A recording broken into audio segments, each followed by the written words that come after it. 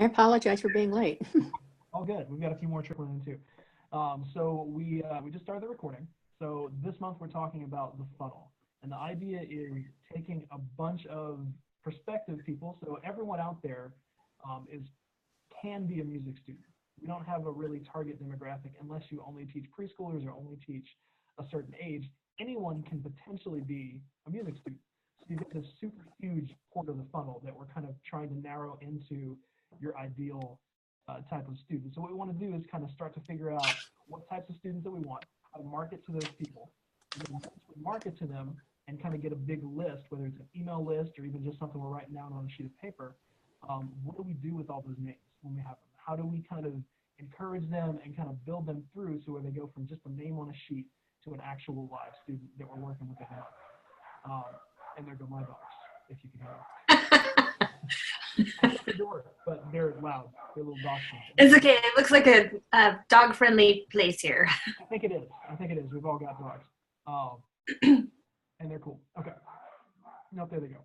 So what we're going to do first is I want to just kind of introduce each of ourselves so that we know kind of who we are. So kind of give us your name, where you're from, or at least kind of roughly a geographic, so kind of where we're at. And then just tell us a little bit about you and your studio, kind of what you're working on, maybe some big goals that you have right now. Keep it to, maybe about 30 seconds, just kind of a quick little snippet for each of us. Ruth, you want to go first? Absolutely. My name is Ruth. I'm from the greater Phoenix area. I have a violin and viola studio here. Currently, I have about 34 students. I reduced my studio size in August. And so I reduced my studio size, and now I want to really change my studio and bring in more teachers. I have 3 teachers waiting in the wings for me to get going. And so I want to change everything over. I've had a model where students need to come and have an interview with me and be accepted into my studio. And so now that I'm wanting to expand and have more students involved, I'm kind of looking at how I need to change my process. So it's been challenging to get into my studio. It's been, I've been able to be really kind of finicky about who I accept into my studio, and it makes me a little bit nervous to open the floodgates. Right. Okay. Cool. So just recapping you real quick. You teach violin and viola. You've got 34 students. You're in Phoenix. Your studio recently. You've got some teachers that are waiting to get started with you as soon as you grow your studio again. And you want to keep kind of bringing in those teachers, and you need to change your intake process to kind of get, because you've been really selective, but to grow really big.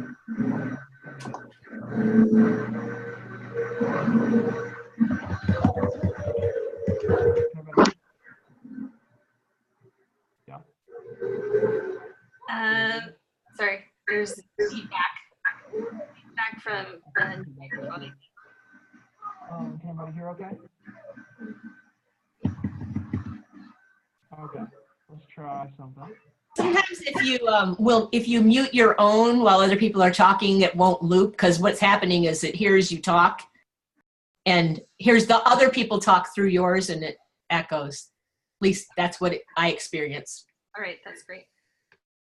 I have all the fancy controls over here. Let's see what I can do. Shane, you're just a little bit quiet. I'm a little bit quiet. Yeah, just turn your volume up just a tad. There you go. How's that? Is that better? Anybody hear me now?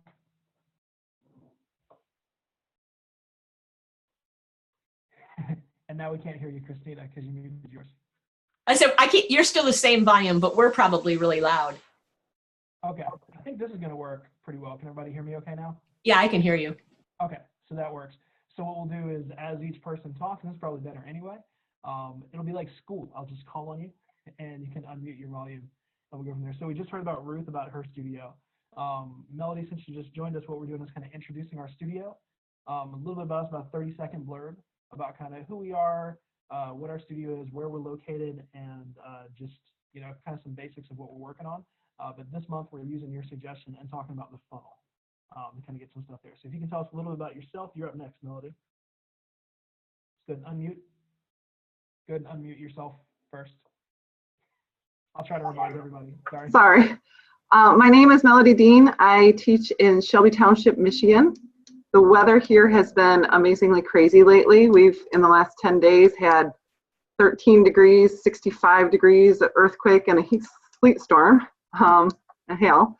So that's kind of strangely reflected in signups for all of February and March. I've talked to a couple other teachers and nothing, and then all of a sudden we're having all these signups. So it's kind of crazy. Sun comes out and everybody wants piano lessons. Let's see, I teach out of my home, out of my living room, and I have a 4-year-old that may or may not wander in. And I teach just piano, and it's just me. So I have about 28 right now, and that's me. All right, very cool. So that kind of gives us an idea of where you are. Anne, you want to go next?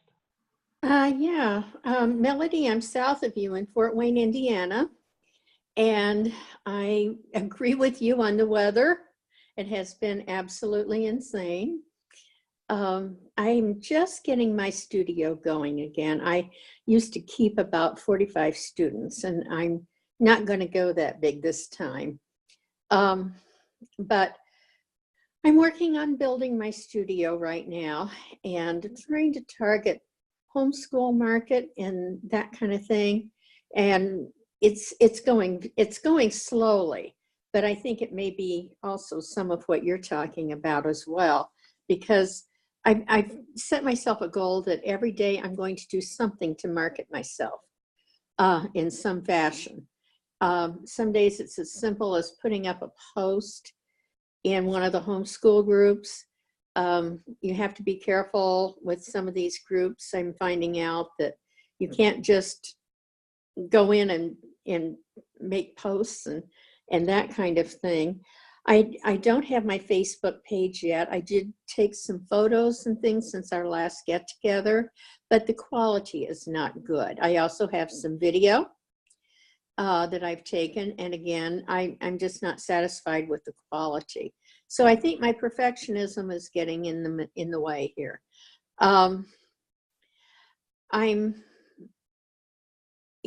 Right now I teach at my church. I'm not allowed to make any money there. So any of my church work that I do is for free. I don't complain about that because they've been very good to me. So that's kind of me right now. Awesome. Thanks, Ann. So you hit some good stuff in there. One of them being that you market every day. And I think that's a really big one. People are always looking for kind of the golden bullet. Like, what's the thing that's going to help me? What do I need to do? What do I need to master? And there's no answer because everyone's different. Every studio is different. But if you can get in the habit of doing something every day, doesn't have to be big, doesn't have to be massive, doesn't have to be stuff even outside of your company. That's going to help out a lot. So that's really cool. And then the perfection thing, I want to talk about that before we move on to the next one. I'm the worst at that. I want to get things perfect before I put them out there. And I'm learning that something's better than that. So getting something out there, 90% of people probably won't even notice that it's not up to your standards. And the other 10% just think it's still pretty good. So getting something out there is great. Hey, Jennifer, can you hear us? Yeah, can you hear me? Awesome. We can hear you, but we can't see you. There's a little button at the bottom. To turn on. Sorry. It's okay. Let me see.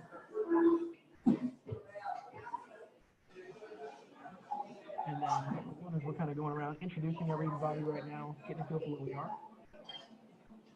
And then we're going to walk through some of the funnel stuff.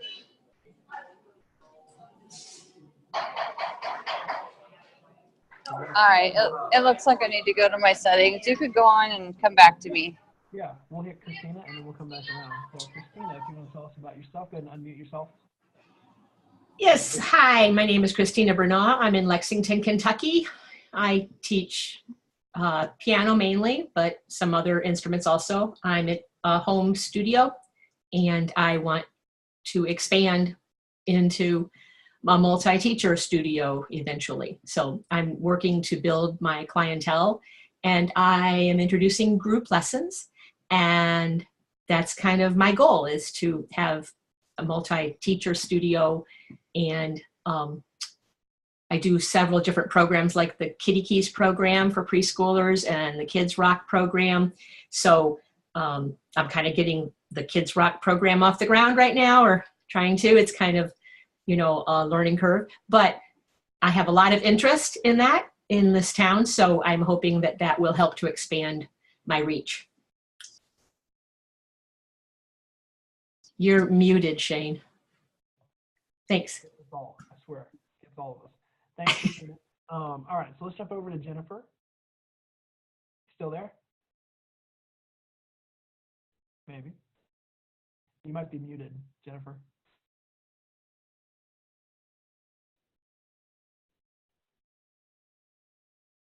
Hey, Jennifer, if you're still there, you're muted, so we can't hear you. You might be looking at your settings too. Almost. We might have a picture. Sorry, I am having trouble with getting it, and I'm also like running around at the same time. So I'll work on that in a few minutes. Audio is good. So do you want to fill us in a little bit about kind of who you are, where you're from, your studio, just about a little 30-second blurb of Sure. My studio is Music on the West Side. I started teaching, I don't know, 7 or 8 years ago to my home out of necessity for medical reasons, couldn't keep a job, and decided after a few years that I wanted to turn it into a business instead. And so I started moving towards hiring teachers because I'm actually a business person more than a music teacher. So I started hiring teachers in my home, and a year and a half ago, I started leasing a commercial space, and I, on average, have 6 or 7 teachers that are anywhere from 5 to 15 hours a week. And I'm just now, like some of you, incorporating like the Dave Simon Kids Rock, and I'm having a lot of teacher struggles right now. Hiring good teachers. I have a few good ones I've had for a couple of years, and then the rest seem to be kind of an issue. So that's where I'm at right now. Gotcha. Okay, thanks. So you can go ahead and mute yours. We're all going to try to kind of stay muted, and then I'll kind of call on people old school style. That way we can hear everybody. Awesome. So that gives us a feel for kind of where we all are. What I love about this kind of thing is that we are all very different. We all have kind of different backgrounds. My quick one, real quick. I'm just outside of Birmingham, Alabama. I grew up in New Orleans. I moved here a few years ago, 13 years ago, I guess. I have a multi-teacher studio now. We have 8 teachers that are with us and about 170-ish students. And we've grown from where it was just me when we opened 4 years ago. So I've kind of done all sides of this and moved up. I teach everything. So I teach guitar, piano, drums, ukulele, kind of a little bit of all of it. And then we have teachers that kind of specialize. Most of our teachers teach multiple instruments too. One of the things that we're working on right now is really going from private lessons to group lessons. We've seen that group lessons just work better. Business model wise, they work a lot better. The pricing is just a lot better for parents and for the teachers and everyone else. So that's been working really well. So we're in the process of switching everyone from private to group, or at least all the new students that are coming in. So we're hoping to have that hit by the fall and doing a lot of stuff this summer. So here's the way this is going to work today. We're going to do 2 things. We're going to kind of go around this little circle thing that we have here, and we're going to ask 2 questions. So if you want to write these questions down so you can think about them or just kind of remember them, you can do that. Remember, we're talking about the funnel. So the first one is going to be, what's the best way that you attract students? So what's your best tip for attracting students?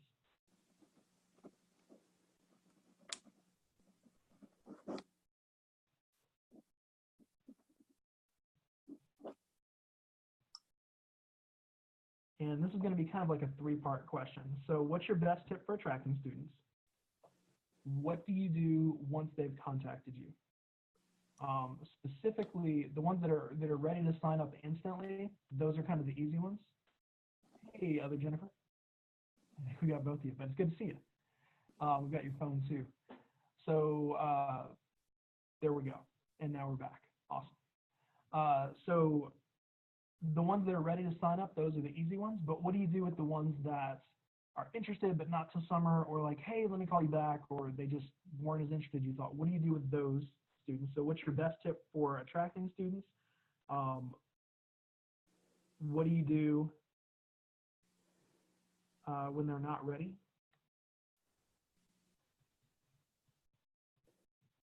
Like, what kind of list do you put them on? How do you kind of put that together? And how do you cultivate that list? So like, once you have all those people on a list, what do you do with it? What are you doing right now? Are you emailing them? Do you call them once a month? Do you just completely forget that they exist and move on? What do you do? So what do you do with that list? So to go through it one more time, this is the question we're each going to answer. What is your best tip, your number one thing for attracting new students in your studio? Once you get those students, or once you've attracted them, the ones that don't sign up immediately, where do you put them? Are they on an email list, or is it just a big form that you have? Where do they go? And then what do you do to cultivate that list of students that you have? Because that can be one of our best goals, because you already know that they're students. How do you get those students to sign up for new students?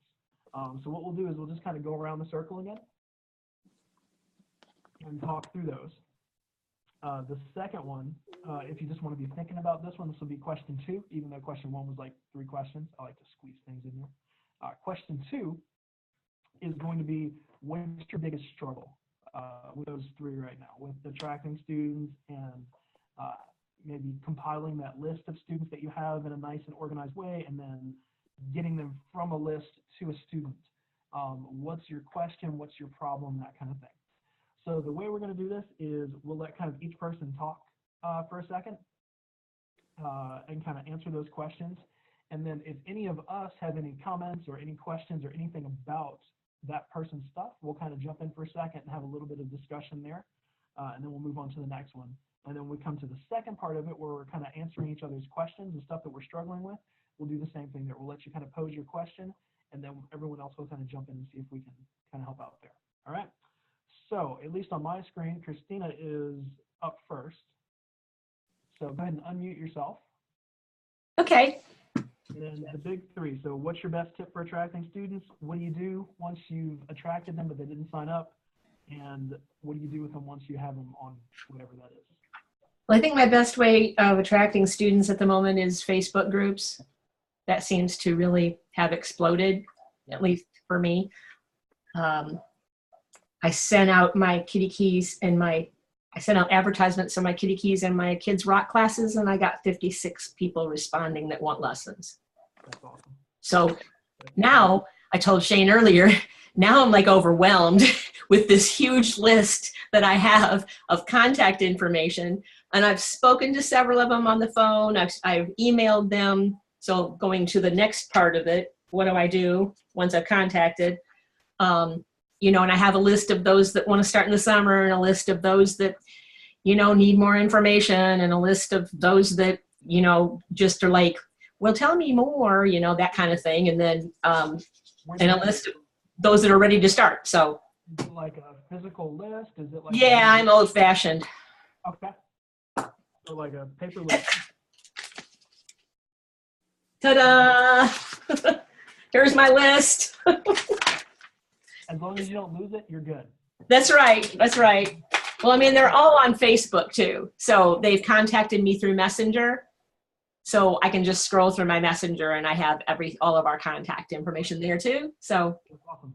Very because cool. it was Facebook and they contacted me that way, that's kind of nice. Several of them went ahead and went to my website because my website was on the advertisement. So then they contacted me through the website. So I kind of have it physically on the computer too. So. Gotcha. Okay. So what do you do with your paper list? Well, I need that's what I need to talk to you about Monday, Shane. Yeah. I need to like get them signed up. That's my fear, is that they're really interested and I don't want to lose that interest. And so that's kind of my next steps. Okay. So Facebook groups are working really well for you right now. You've got them all on paper list. I think you said you kind of got them in sections of like, yeah, that kind of stuff. So yes. As far as what you're doing with those lists, not much. Not yet. I mean, kind of like this week is the week that I was going to go, okay, am I going to do, you know, like you said, roll it out in the summer as a camp? Yeah. You know, I mean, since it's already May practically. Yeah. Because kind of starting in May is kind of a weird time to start. Right. I like you it. know. Well, game on. Okay. That gives us an idea. Let's go ahead and move on. Ruth. So Christina, mute. Ruth, if you'll unmute for us. All right. Awesome. So what's your best tip for attracting students? So I don't know if this is not a tip. So I'm a little embarrassed to tell you. It's more like confession time. So how 100% of my students come to me by word of mouth. And I have instead of encouraging them along the funnel, until this point, I've been more along the lines of filtering. So making it so, you know, they need to come for an interview. They need to, you know, they have to they need to show me that they're going to come and that they'll be on time and that they won't reschedule the interview, you know, just things like that. And so until now, it's just been 100% word of mouth. But all of that needs to change. And so what I've been doing isn't going to be what I will be doing. What in the past is going to be changing. Going forward, I'm getting a website. I haven't had a website. I haven't had Facebook for my business. I have had nothing. And so get to pull out the big bazooka though. For that, I have access to Infusionsoft. And so I'm getting the websites, I'm getting all of the marketing together, flying my 2 daughters actually into town this week.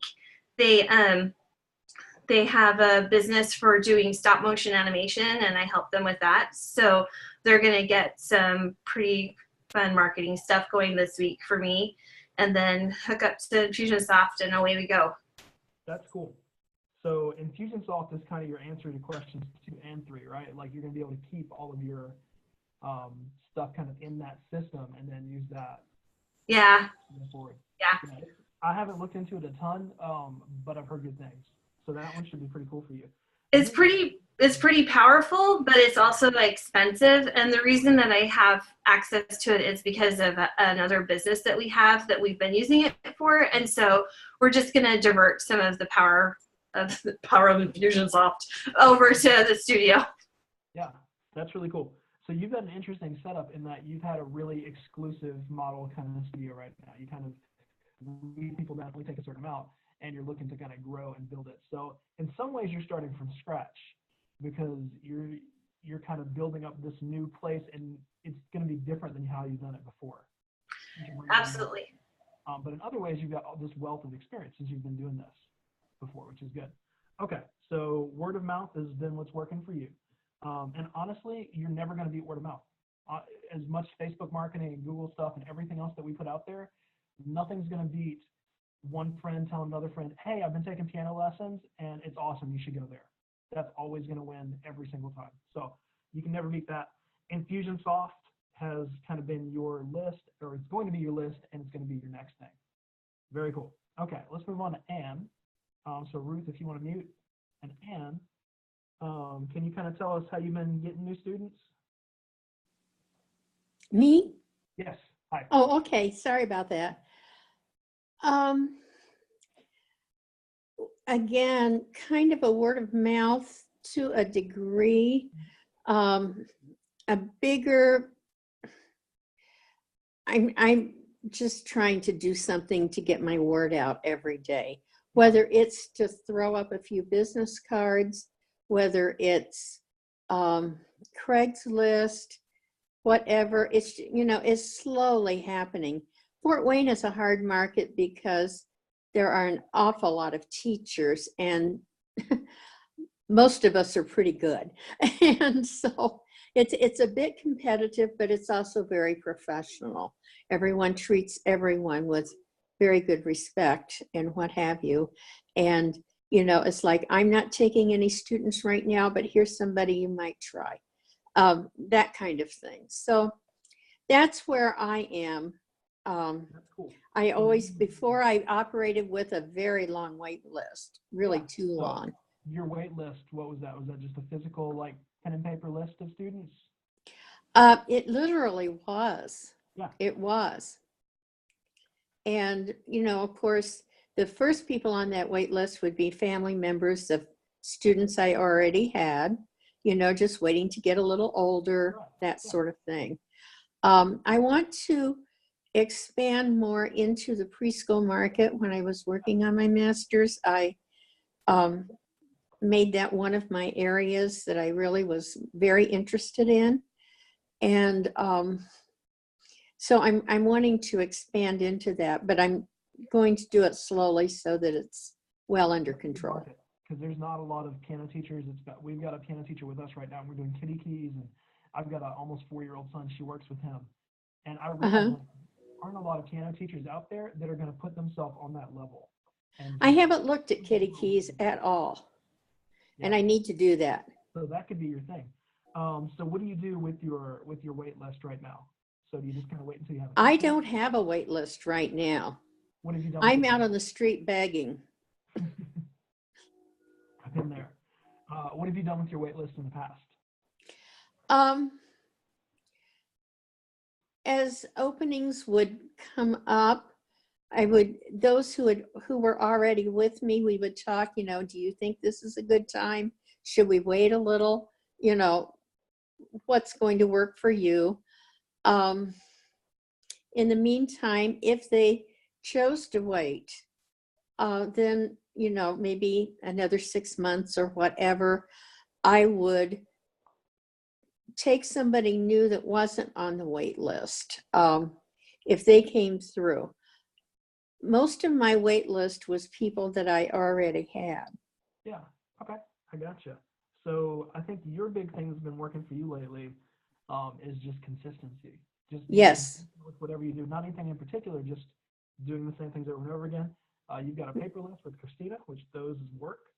And then you've been checking just when you have openings with your list to move on, which has been working pretty well. All right, so let's move on. Let's look at Melody. And go ahead and unmute. My number one thing I think lately has been Google searches, which is really affirming. I worked really hard last spring to get the website up and going, Ruth. So there's hope there to get your website up and going. And I'm sorry, what did you say, Shane? I think it takes time. Like, yeah. You're like, oh, I just spent like 15 hours like doing this, and then it takes weeks and months. But when it pays off, it's there. I mean, it's just yeah. So let me encourage you though to take the time to do at least a decent website and work on SEO and get yourself on as many search engine, you know, teacher listings as you can is a big deal. So go for it, but don't expect instant results because like Shane said, it's taken at least 6 months to a year to get the results I wanted from that, but they're trickling in now. So I think just a Google search, I got 2 new students from it this month, which is awesome. That's all I really am looking for that, get 2 or more. So that's been my number one way. And I think that's it right now. I think that's all you wanted to know. Yeah, so when you get some that are ready to sign up but you don't have spots or they're not ready yet, what do you do with those students? I signed up for My Music Staff a couple months ago. Yeah. And so there's a spot on there you can enter a student under a lead. So I have several there, but they include people who, you know, signed up for a first lesson and then just flaked out. Right. They include people who thought they'd be ready in 3 months and I'm just really not cultivating them, helping them along at all. I've been too busy just taking the ones that are ready and putting out fires with my current students. So I've been growing like crazy. So now I'm ready to go after that list and try to come up with a better process. So are you doing anything with that list right now? Do you like send out something on occasion, or what do you want to be doing with that list? I have sent out emails to them on occasion, like every 2 or 3 months. Yeah. But honestly, people that have hit that list, it's been 1 or 2 emails because I've just been so busy. So I do check back with them. I put a little note in there when I contact them or the initial times I've talked to them, kind of letting me know where they're coming from, ages, maybe where they heard about me, and what they were thinking. So some of them, like I have one right now, she knew her daughter was going to finish dad's class mid-May, didn't want to start anything before that. So at least I have a queue in there, but they're not organized. They're just it's just an ugly list that's not, it's not coming along. So That can happen. All right. So Google searches are working for you. You're keeping all of your prospects in My Music staff, and you're kind of writing some notes in there as you can think of it, and kind of sending out occasional emails, but nothing too right now. yeah, I need to have a better process. That's what I need to do. Sounds good. All right. Good. Mute yours. Let's head over to Jennifer. And Jennifer, oops, lost your video. Wrong button. There you are. Mute button. Sorry about that. I'm not used to the phone application. And I can't hardly hear you for some reason. You can't hear me? I can barely hear you and I can hear everybody else. Thursday. I'm so sorry about the noise in the background. Okay. So what we have been doing, I think the biggest thing that's worked for us in the past year has been Google and our website and our contact forms and our Facebook ads. So very much the internet. And we're working on improving all of that because that has been our main source of leads. Recently purchased the very basic end of Salesforce to keep track of everything. It's $25 a month when you purchase annually, I believe.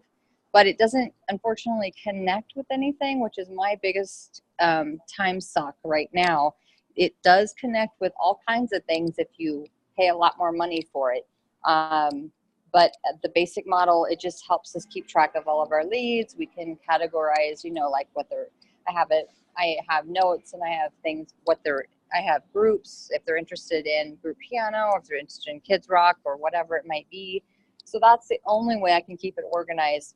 My biggest challenges, though, are hiring good teachers and keeping good teachers, and then the actual time it takes to enter everything from Salesforce to our Teacher Zone, which is new to us as well, to possibly using MailChimp for mass emails. So we have a loose process now that we're trying to tighten up, but you guys that are just doing it all on your own, I've been there before, and that's so hard. It's just not enough time. I mean, I can't keep up with everything now, and I have 2 students I teach anymore. That's it. I'm the business person, so I know we're all wanting different things, but I know that the marketing and the contacts and the it takes up so much time that there's no time for me to teach and run the business at the same time. Yeah, it's exhausting. When you got them in Salesforce, what do you do with them once they're in Salesforce? Salesforce just, for me, it keeps track of everyone so that I can do those constant touches. Of course, assuming that I, make time to do that. But yeah, I'm keeping them as leads, opportunities. I can group them, because I've been there, done that, the whole Excel spreadsheet, paper list, and I lose students that I very easily could have had as students because I lost a piece of paper, or I couldn't find it in my 15 pages of notes, or they just got lost in all the the messages. So this way it's very cut and dried, very clear that I can look it up and say, oh, okay, I entered this person on this date, so it's been this many days or weeks, and they were interested in this, and they have this many kids, and everything's there, and I can add to it. I can take them off. I can move them over once they have either said no for whatever reason, or said yes, we want to sign up at X date. It's just way more organized, and I ended up just biting the bullet on the initial program because I literally was losing students because of just disorganization, because we have so much going on with multiple teachers, and we have 150 students already. So yeah, so that's why I did that. But honestly, if I'm going to keep going with Salesforce, I would really like to bump it up to the next level where it connects. So it would connect with my other mail applications and that sort of thing. so that I'm not having to re-enter from, moving them from one place to another, because that is draining. Okay. Sounds good. All right, good. Meet yours. I'll fill you in a little bit on what we're doing. And I'll be honest, this is something that we're really still working on. So kind of the system. Down the list with me. Jennifer, if you can mute yours, that'd be good. I know you're still working that phone thing. I haven't used the phone app yet. So we're still working on it. So I remember when we first opened 4 years ago, if we got a lead, it was super exciting, and I cultivated that lead all the way through for weeks. You get that one student coming in and you get really excited about it. This point, we're getting 5, 10 or more a week, so it's getting harder to keep track of all that we have. And the thing there is the quality isn't as good. When you get more leads, it doesn't mean that they're all good leads. A lot of them are not. They're just people kind of checking in. Okay, so as far as what we're doing, consistency is our thing. We do road signs, we do email marketing, we do Facebook groups, we put out stuff to our current students. We just do a ton of different things. All of them kind of work together, word of mouth too, but it's really more about all of them happening at the same time. So I keep doing stuff. You can't guarantee that any one thing is going to work, but if you keep doing it, something's going to work. And if you keep doing enough things, something is going to work every day. So we just keep putting stuff out there. Consistency is doing it for us. For us, we use MailChimp. So we don't really do a lot of phone calls. I'm not a phone person. I would much rather email or text somebody, or Facebook message we do a lot of. So we try to get email addresses from people, and we dump those into MailChimp, which is just a newsletter type thing that you can build. It's free, and we haven't needed, there is a paid version, but we haven't needed it yet. We've got 600 or 700 emails in there right now and haven't used it. So what we do is we just dump everyone in there. We don't have a great system yet for keeping them organized. So saying this person's interested in groups, this person's interested in this. It's more just, hey, they're interested in lessons, let's add them to our email list, and they'll get all of our emails about everything. So we do newsletter once or twice a month. Lately, we're trying to do 2 emails a week, which is a lot more than we've ever done. But we're trying to hit that list a lot more because we have so many people on the list, and you know that they're interested because they gave you their email address and they contacted you. So it's not a cold lead, it's a hot lead. So I'm trying to remarket to those people the best that we can. So that's what we're doing right now. Anyway, so cleaning up that list is, I think, something that all of us can do a little bit better once we get them in.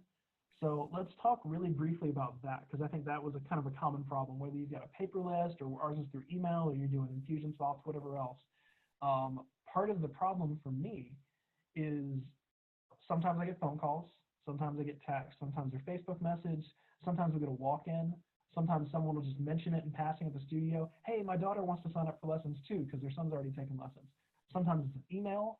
Sometimes they'll hit me through like an old email account that I haven't used in a few years.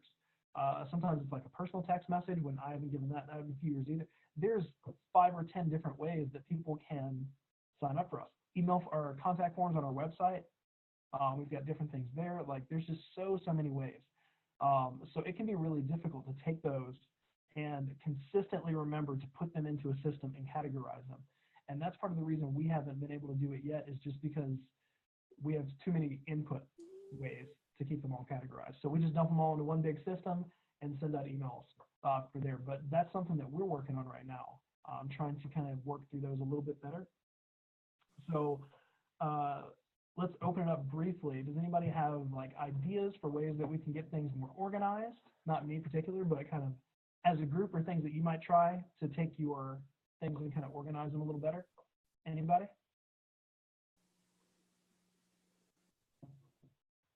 Blank stares. I love it. I know there has to be some good systems out there, Yeah. but for the singles teacher studio and not being able to pay anything other than MailChimp, I don't really even know what's out there. That's part of the problem. So I know, like Bruce said, Infusionsoft is great, but it's kind of pricey. Salesforce, Jennifer mentioned, was like $25 a month, and all of those aren't. I don't mind paying money for something if it's going to pay for itself. Right. Like we do my music staff, I'm paying like $40 a month because we have like 8 teachers. It's absolutely worth it. I have no problems paying that because it makes it so much easier for us to do it. But there's a lot of things where I've put some money out for it in return are really fun. So I understand that. Let's look at it this way instead. Instead of trying to find the perfect system, what categories? So if you've got someone coming in, what categories would they they're looking at? Are you looking at if they're going to start now or summer or later? So if it's terms, months.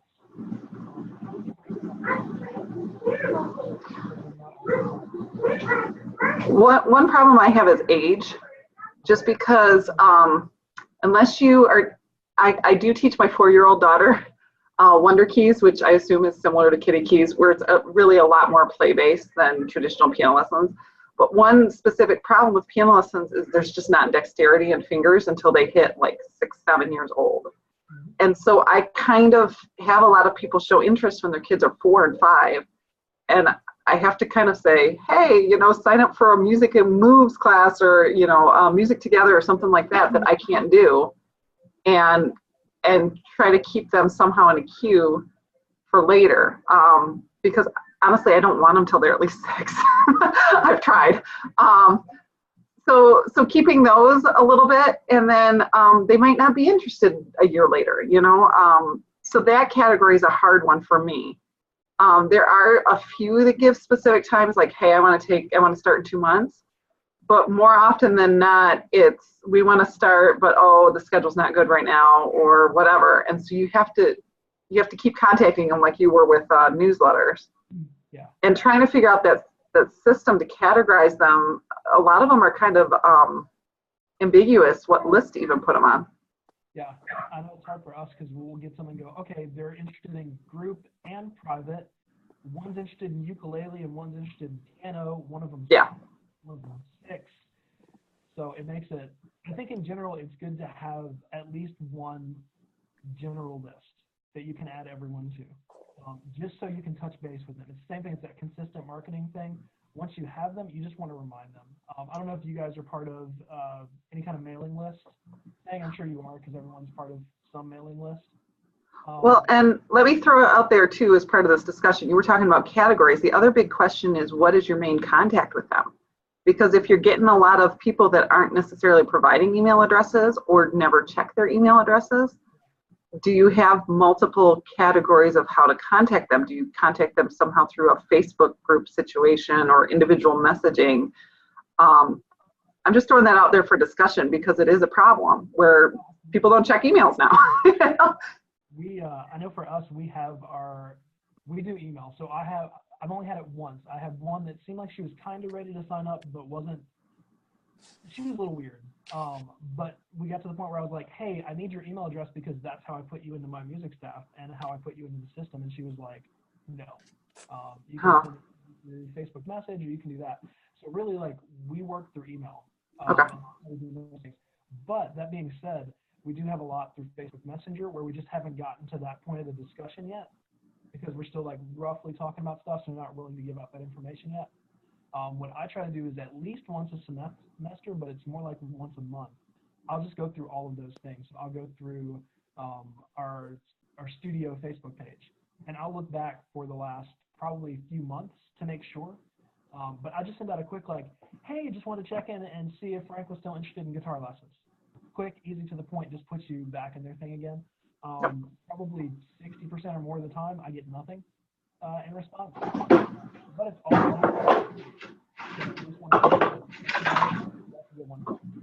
another for us, I don't know if you can email when you do it, we have email folders that we started using.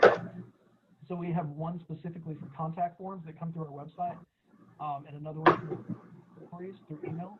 So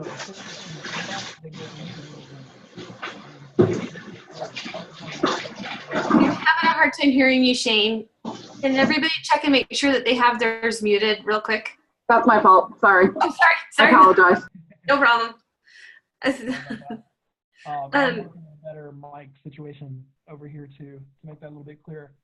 But anyway, we have different email folders that we use to categorize those. So we have all of our inquiries in one, all of our contact forms from our website in another. So what we do is just once a month or so go through there and just touch base with anyone. And I'll normally touch base with people until they stop responding. So if I'll go maybe 2 or 3 months of stuff and they don't respond back to me, then I'll kind of put them on the back burner for another 3 to 6 months and reach out again. But I have found that. So the big general email things are good, but if you can reach out to someone individually and say, hey, I just want to check on your son and list his name and see if he was still interested in guitar lessons, it shows that I'm invested in them and their family a little bit. So anyway, be thinking about that, how you can do it individually is a good thing. And that can be phone call, that can be text, depending on the size. So for us, we're getting a little bit bigger, so it's harder to do all of that each time. But if you've got 10 people on your list, you can call them once a month. You can send them a text once a month, that kind of thing. Just a quick call, and some of them probably won't even listen, but doesn't hurt. All right, yeah, Jennifer? Sorry. Go ahead. Go ahead. At the risk of saying more than I know, I think, and this is just what I'm thinking, I think that email contacting is gonna die more and more. I think it's already dying, and I think that the quicker we get on board with text and sending out texts to people, there are services and researching out right now. Referizer allows you to do things like that and other things. I think the sooner that we get onto the text bandwagon and ditch out on email as much as we can, the better it will be for us. But I am still totally in the process of coming to understand. So I'm no expert, but I think that, if you just think about the history of yourself opening emails, we're, more and more inclined to completely disregard whatever is coming to us through email and open our text messages a lot more frequently. It's hard. It's a fine line because as a business, like if you can send out a personal text, I think it's not a big deal. But it's hard to send those business texts or to get across enough information. Yeah. To get through there, because I feel I'm hypersensitive about intruding on people. You know what I mean? I don't want to be that business that's like beating people over the head with stuff. So Absolutely. I'm always thinking about that. But I love the idea, and I agree with you that email marketing is dying. It's still there right now. I think it can still be used, and I think it can still be used effectively. But I think in the next few years, it's not just the way that postcards are out and sending out like direct mailers. People still do them, but they're not as useful as they've been in the past. So I think you're right there. I think it does have to change. So that's something to think about too, kind of reaching out to those a little bit more. So Ruth, have you used Referizer? Because I have started using it. You have. I have only been researching it and looking into it. I talked to a salesperson and I've been looking at it. Are you enjoying it? Does it seem like a good thing to you? Yeah, so I just started, honestly, and I was going to say I'd be happy to pop up my link because they give you credit if anyone else signs it up, under your referral type of thing. But yeah, I mean, we've only been using it for like 10 days and I've already got responses in the first week. And that's from our current customers saying, so that does a couple different things. And the main two things that we've got out of it so far, and I think it does more that I just haven't had time to look at, but the two things we've used it for is for asking for referrals. And like you said, the important thing is most of our people that have noticed it and taken action on it have been through the text message, not through the email.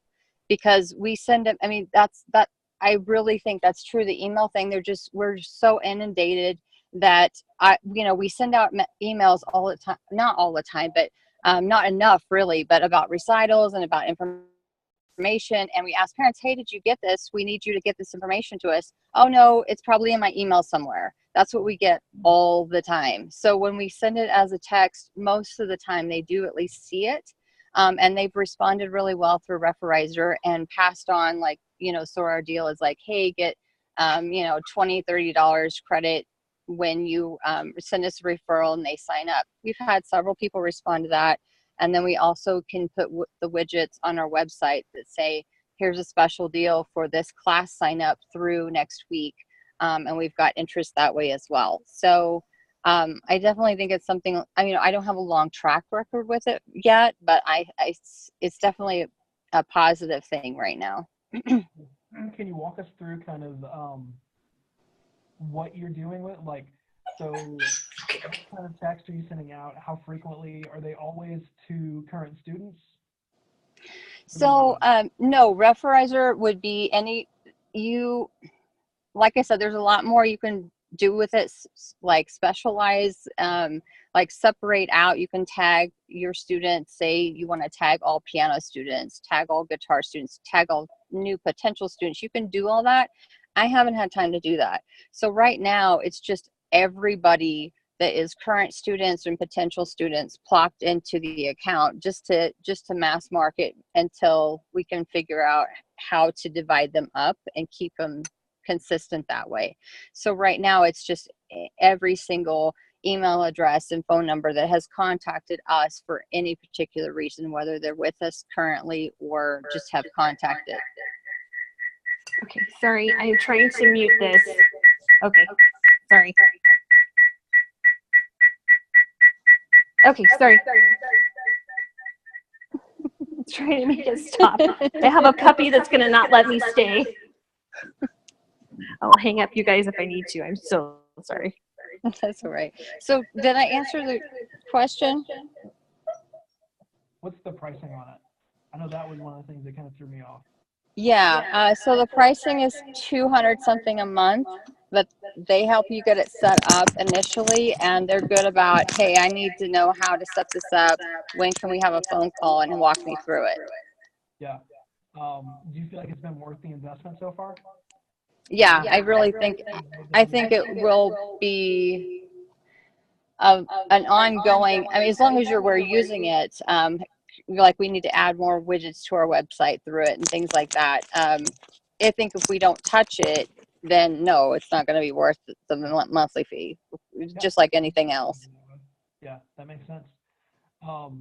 Good. So as something to look into, the price just that's a lot right now. Yeah, again, like I think if it was individual person that is just looking for a couple of students a month, I don't think it's the good return on investment. But if you have over 100 students a month and you're looking to grow every single month, I really think that could be just the marketing tool to use on your website, to use for referrals, to use all of that together and kind of organize it for you. That's the beauty of that is once you have them in there, everything's kind of organized, and you don't have to be doing an email here, a text message there, a phone, it's all together.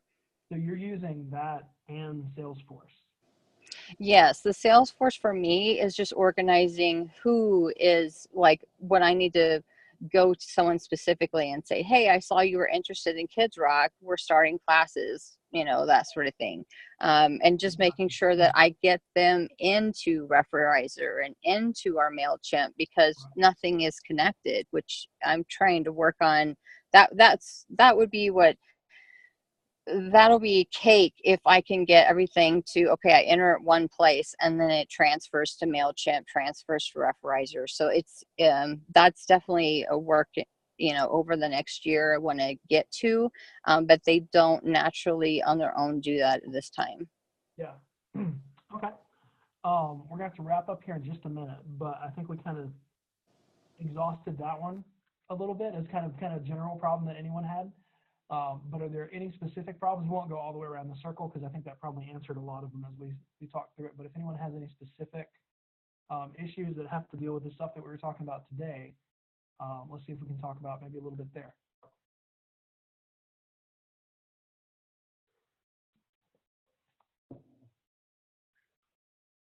Nobody? All right. So I think that was some good stuff there. Melody, maybe? Well, I was hoping for trying to figure out a better way to do this because I knew about MailChimp. Right. I know you can make lists. I know there has to be some better tools out there. Yeah. I don't know how to find them. And I don't know how to do anything better. Like, I don't feel like I have the knowledge to do better than I am right now. I can spend more time on the problem, right, but I don't have a better tool or a better thought process on how to approach this. Yeah. And that's what I need. I think that when I see me in you a year ago before I started Kitty Keys. And when I started Kitty Keys, after I don't know if Shane can agree with this or not, but once I started Kitty Keys, my studio exploded. And now those kids, those preschoolers, the 3, 4, and 5-year-olds, are not going somewhere else. They're graduating from my Kitty Keys classes and signing up for group lessons because it's been a Kitty Keys group. So they're already in the group mindset, and so are the parents. And I wasn't necessarily a preschool teacher before. I used to do the same thing that you said. You know, it's like, okay, I got this 4-year-old. What am I going to do with them? They can't do anything that I want to do. And I didn't really love any of the preschool lesson books. You know, I felt like they weren't really getting what they needed and things like that. However, I have found, and I don't know if Shane can chime in on this or not, but you know, because I know you do that. But I've found that my kids who have gone through the Kitty Keys program, they're very, very good, and they're very, very knowledgeable, and then they're really ready to start the piano lessons, you know, the group lessons. I've been amazed with the program. The parents have been amazed with the program. They're, you know, they become very good musicians. Good. And I don't know. So you might think about doing that. I don't know. I just thought I would throw that out because you said, you know, you're frustrated with the preschoolers going over to, you know, a music movement class or kinder music class or a music garden class and not staying with you, because they're basically, if we don't get them when they're 3, we're not going to get them back when they're 7. I don't want them when they're 3, 4, and 5. And Okay. I'd rather they participate in a community something than do nothing. Yeah. But yeah, I'm not. I have a limited time frame, and I did try for the 3, 4, 5s once and went, this is not my bag. So I know I want the 6 and ups. And it's just interesting because the number of people that contact you when their kids are 4 and 5, it's weird. It's like they want a million activities for the toddlers, and then what I was finding is by the time the kids are in 4th grade, they're already overcommitted and they're in traveling sports and stuff. And I'm like, whoa, I can't imagine doing that when I was 10. So like she was saying, sometimes you pick your and sometimes it's so sometimes it's a matter of going, you know, I love 4-year-olds and I'm going to work with 4-year-olds. And other times, if they're banging down your door, maybe there's something there where you go, okay, I'm going to have to figure this out because it could be something there. And it could be not.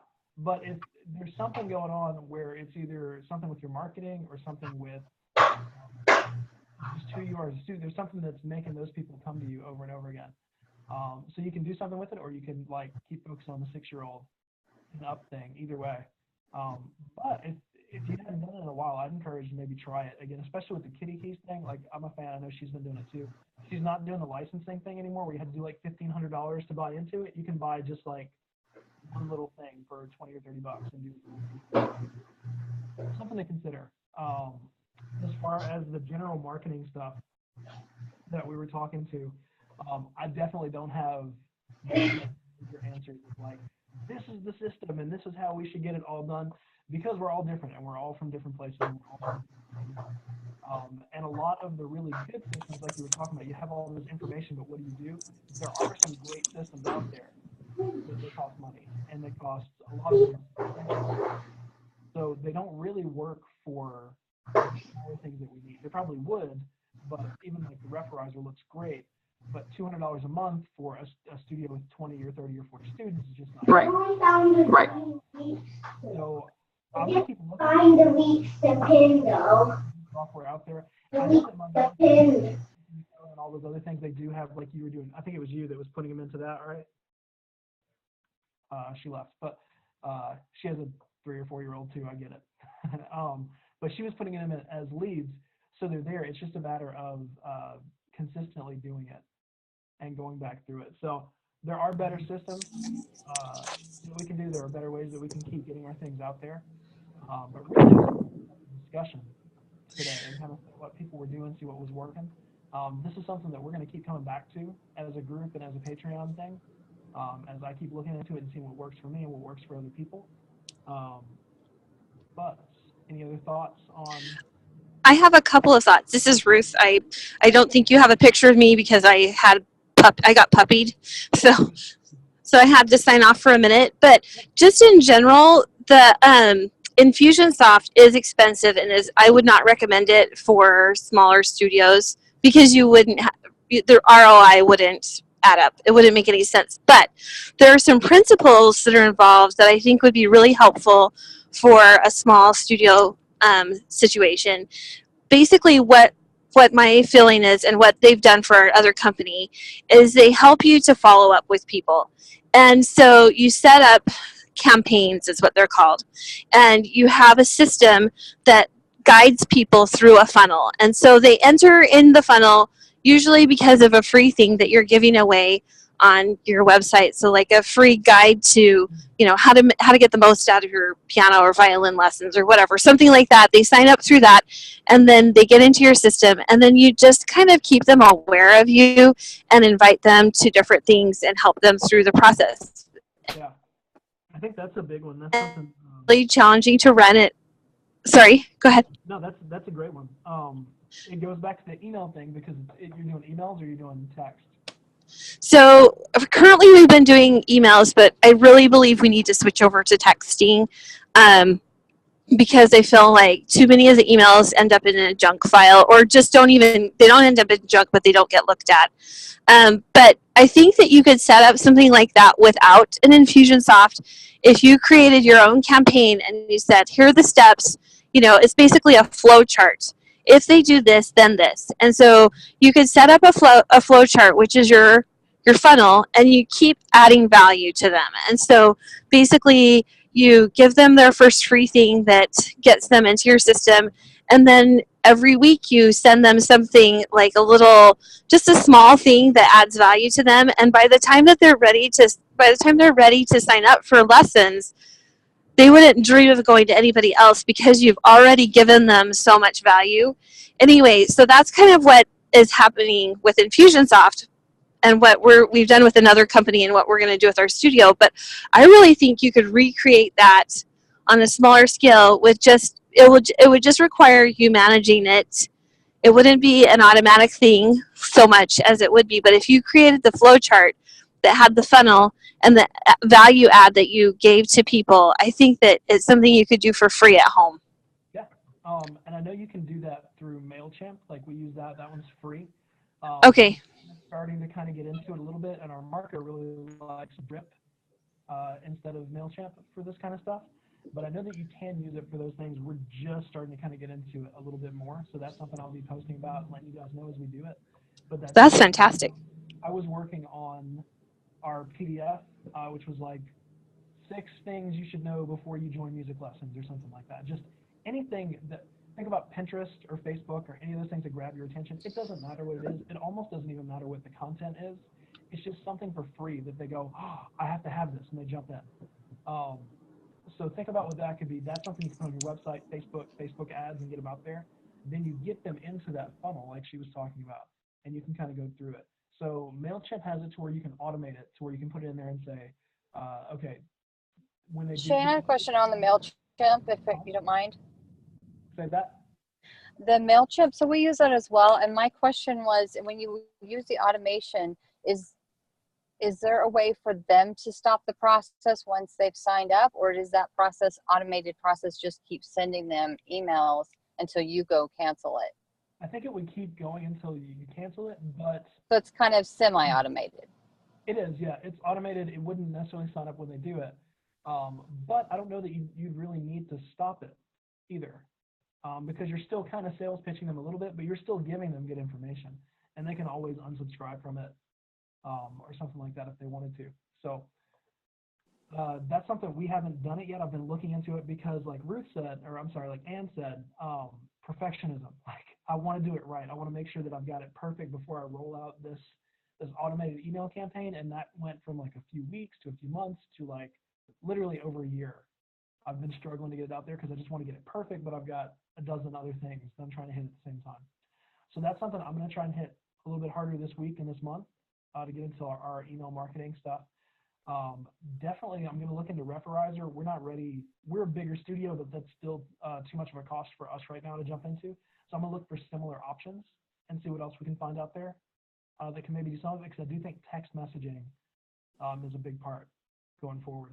It's just harder because email, you have a little bit, you can explain things more. With a text, you have like 2 sentences tops. So it's just a little snippet. Can I jump back into a previous thing? You had asked in the intro the 3-part question, how do you cultivate this list? Right. We talked about a little bit monthly email newsletters. How else? I mean, we talked about adding value each time. Ruth, that was really helpful with explaining the funnel a little bit, because it's kind of a little bit nebulous for me. So just hearing your explanation on that helped generate some ideas. Yeah. But what other value add can you do besides like the list of 6 things to do before you sign up for music lessons? What other things do you do besides newsletters? How else can we cultivate that list besides just emailing them every month? Can I jump in on that one? Yeah, sorry. No problem. I was just going to say, we've tried a few different things, and I know a lot of small music teachers offer the free lesson up front. And after a couple of years of trying different things, we don't do that anymore, because we find the more and more free stuff we get, the less they're willing to stay for full price type of things. I guess I'm not explaining that very well, but our value add is showing things we've done, things students are doing, and it's just little things. So we might, if they're interested in piano, then maybe we send a quick email to them saying, hey, we're so proud of so-and-so, 6-year-old so-and-so. She just performed at her school, et cetera, et cetera. So a little blurb about one of our students and how they're doing great, and someone similar in their age. Or, hey, we just had a recital and we hope that you'll be there at our next recital. That's that sort of thing.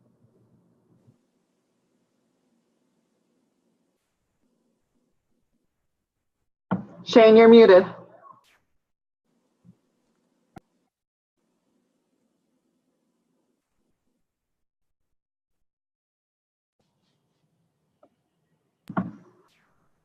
Shane, I got no sound from you. I don't know why. I don't have sound from Shane How's either. that? Is that better? There you are. Yes. Switch to a different mic. Ruth, did you have something? No, just thinking, I think that each of us as individuals have really cool and interesting things about our personalities and about ourselves that are different from other people. And something that you could add as a giveaway or as a freebie or something that you can do to add value could be just completely individual and personal, and so it doesn't necessarily have to be the free lesson. There have been times when the free group class, sometimes I'll have it's a violin party and I'll have a whole bunch of people come and it's fine, and it's not I don't like to give the whole free lesson. I don't do that either.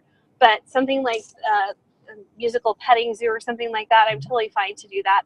I have students that came to the music party 7 years ago that, the last time I did it, that are still in my studio.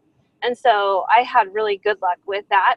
But each of us have something different. I can screen print, and so I give out t-shirts like they're candy, and I turn students into fans. So potential students, I give them t-shirts because that's something I can do without really hardly any cost at all.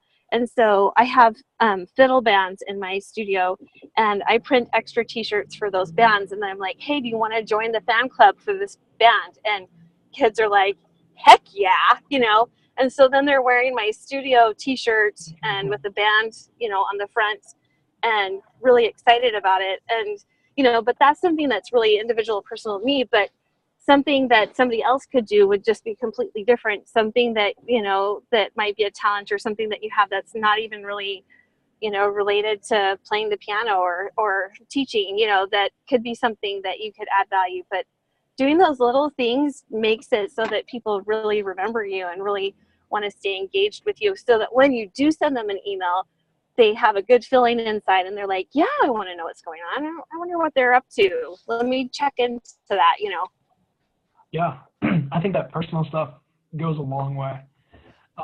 Those charts are really cool. I like that idea. So Paul, who's part of our group, the guy that's over in England, has the guitar school. He does these big open days, like once every, I think he only does it like twice a year or so, but I'm trying to get him to do it more. We're doing similar. We're doing like a summer open house, which we've never done before since we opened. And what we're doing is we're going to do a big open house. We're going to do clinics and group classes that people can kind of sign up for or just drop in on.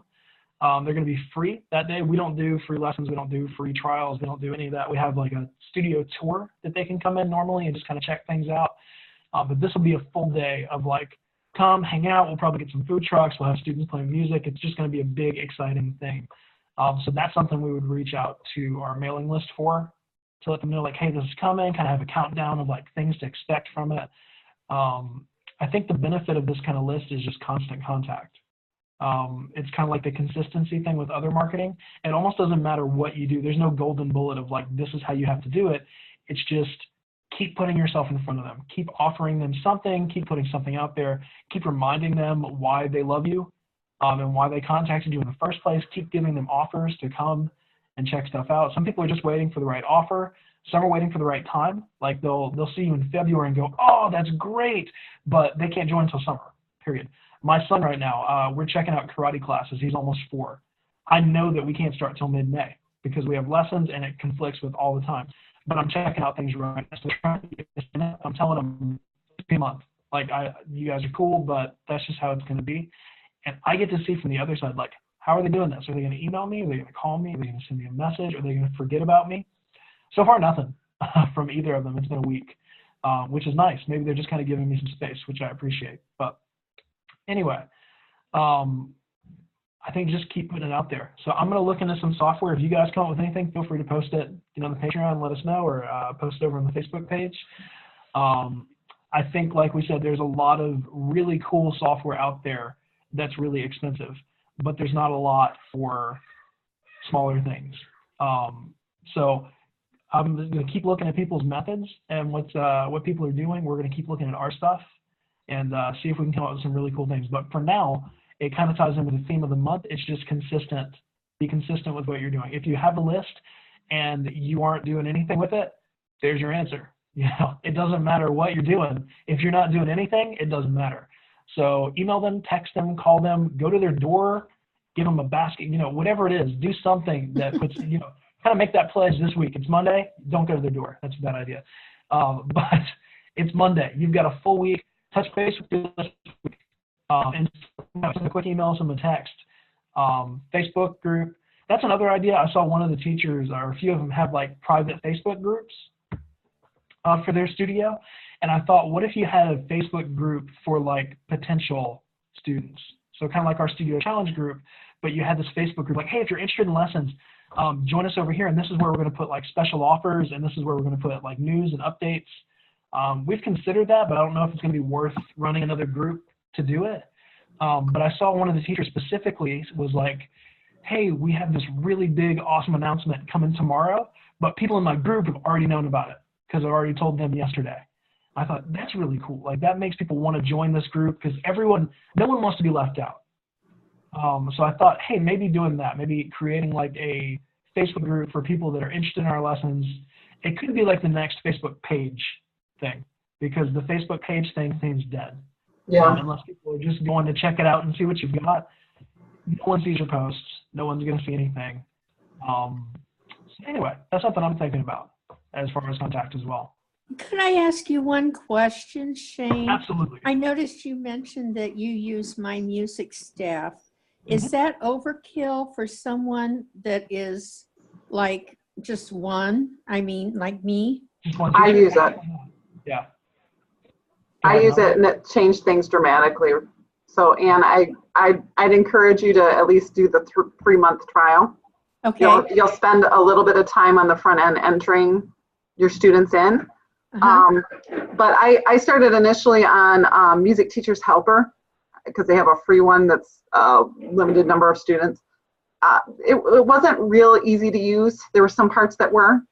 And then I migrated to Music Studio, which was an app, and that just was a dead project. They weren't going to work on it anymore, but it was a one-time buy. And then I migrated it over to My Music Staff. And I think it's really popular in the Studio Challenge Facebook group because it works so well for so many different sizes of studios. Yeah. So I don't like any monthly fee. I'm cheap.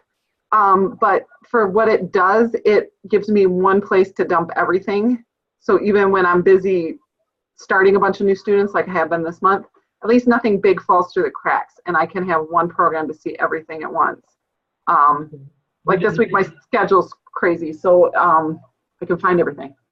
Yeah, we were using Google Docs or pen and paper stuff before, and that was when I had a multi-feature studio. But when I was doing it with just me, it was schedules and stuff everywhere. I wish the stuff would have been there 10 years ago when I needed it. My Music Staff is great. That's what we use. I like it a lot. Fons, F-O-N-S, is another really good one. Their multi-feature studios come out this summer, so I'm looking at that one. But I really like their style. I haven't gotten to use it yet, but they just dropped their price to comparable to My Music Staff, and it's worth checking out. Teacher Zone seems to be the future of where this stuff is going, but it ain't cheap. So it's a lot. For us, it'd be like $150 a month. Do any of these help you build a website? My Music Staff actually comes with it. Christina can talk to you about that.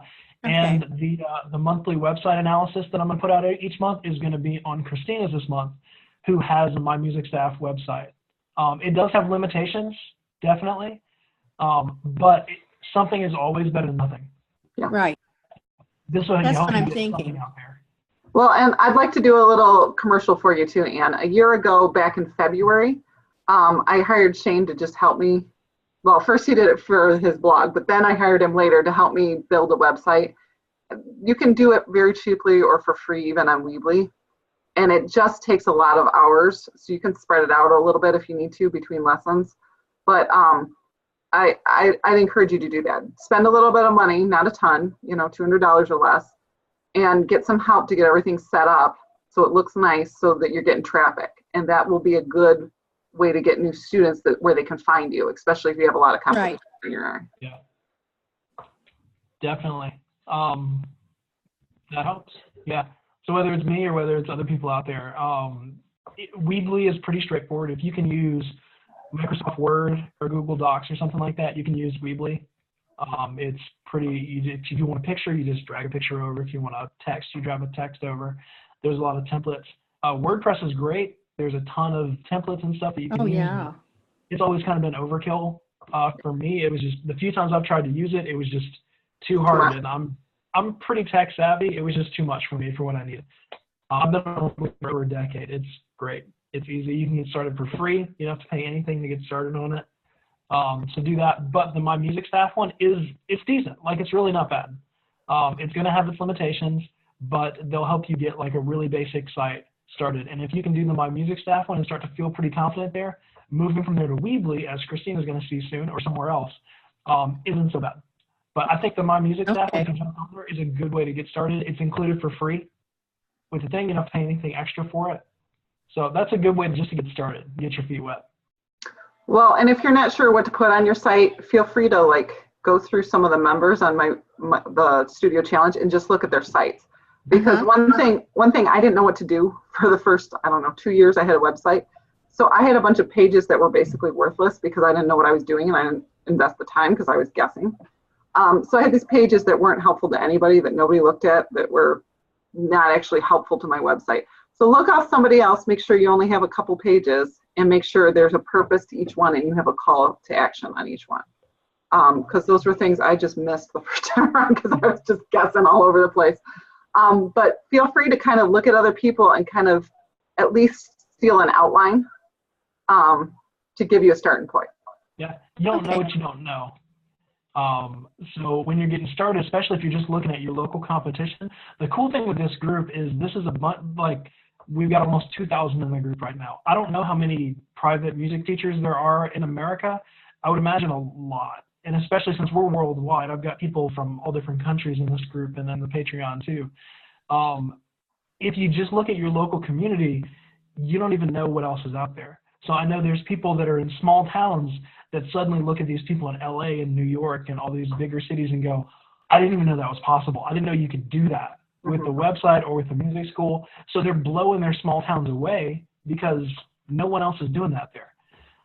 So yeah, definitely look at all these different places, but know that you don't have to compare yourself to the group people. Compare yourself to what's around you, but really you're just trying to beat yourself as you're doing this. Just have something better today than you did yesterday. The consistency thing that you've got going, Ann, the fact that you're doing some marketing every day, do the same with the website. You know, do my music staff. That's probably a good way for you to get started. Sounds like it. Go, okay, I'm just going to do a little piece of my website every day. And in a week or two, you'll have something that's ready to put out there. And in a month, you'll probably have a pretty decent site. It doesn't have to be much. You don't have to sit there for 8 hours and do a bunch of stuff. And Todd over there at my music staff is great. Their staff is really good. So they can help you out through all that stuff too. Okay. All right. So I think that was a pretty good meeting for everyone. Hope everyone yeah. got something out of it. These are always intended just to start a conversation. So sometimes I'm going to have more information and more things that I can give you that are a little more like, hey, do this, this, and this. But in general, I always want to start a conversation with these. So keep it going in the comments when I post this thing. If you got questions, or Jennifer, I think, was the one that was doing Referizer. If you want to post your Referizer link, if anybody else wants to check into it, you can do that there. Any questions, any comments, any things that you're doing, post them all there. Keep the conversation going, because this is just to get it started. Even if we get it all figured out today, we're not going to get it all figured out today. This is just the beginning of a long road. So keep doing something every day, and we'll just keep going like we're going. You guys are awesome. Have a good one. Okay, thank you. Bye-bye. See ya.